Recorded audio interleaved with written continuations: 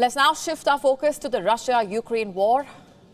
There has been an airstrike in the Russian capital, Moscow. The Kremlin has been pinning the blame on Ukraine. It says that Kiev had sent at least 5 drones to Moscow. All of them were either shot down or jammed. No deaths or injuries have been reported. However, one of the Russian capital's main airports had to reroute flights for several hours. News agencies reported that 2 drones were intercepted near a village some 30 kilometers from the Kremlin. One was detected in the neighboring Kaluga region. Another one was shot down in the town of Kubinka, some 63 kilometers west of Moscow.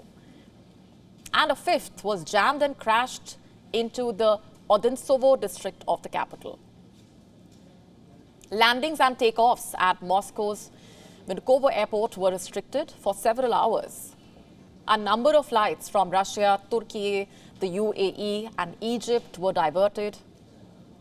Russia has labeled the attack an act of terrorism.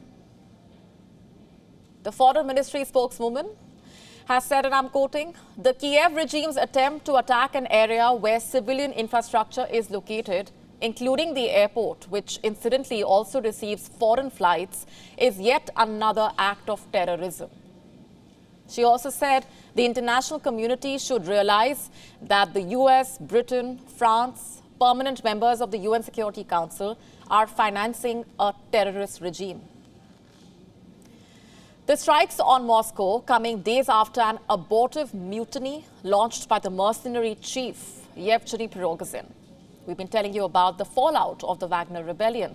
On a global level, the internal rift has impacted Vladimir Putin's image as a strong leader with a firm grip on power. The situation de-escalated after intervention from Belarus.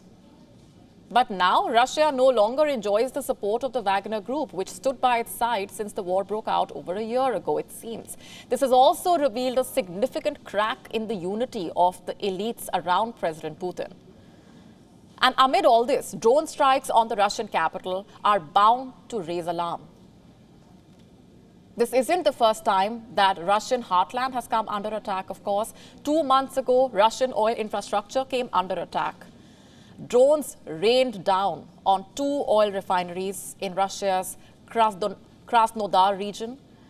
One of the oil refineries caught fire, which was later extinguished. Ukraine, of course, denied responsibility. Earlier than this, there was a large-scale drone attack on Moscow. It caused minor damage to several residential buildings there. One drone landed near the city center. Another crashed close to a popular park. A few weeks before this, drones were sent over the Kremlin. Russia claimed Ukraine was trying to assassinate the Russian president. And the president of Ukraine, Volodymyr Zelensky, remained firm that Ukraine only fights in its territory. But how true is that? Ukraine's counteroffensive began a month ago, and since then, the war has moved beyond the Ukrainian territory. Instead of reclaiming Russian-occupied territory in Ukraine, Kiev seems to be more focused on the Russian heartland.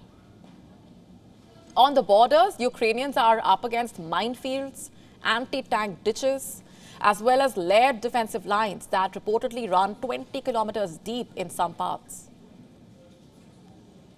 The minefields in southern Ukraine are so dense, Ukrainian troops are trying to liberate the area, and they can only advance tree by tree. The progress of Kiev's long-awaited counteroffensive is being measured in meters rather than kilometers.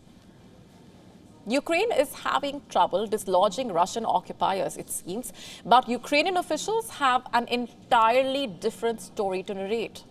They are insisting that the counteroffensive has been particularly fruitful in the last few days. Alexei Danilov, the head of Ukraine's National Security and Defense Council, has tweeted, "At this stage of active hostilities, Ukraine's defense forces are fulfilling the #1 task, the maximum destruction of manpower, equipment, fuel depots, military vehicles, command posts, artillery, and air defense forces of the Russian army."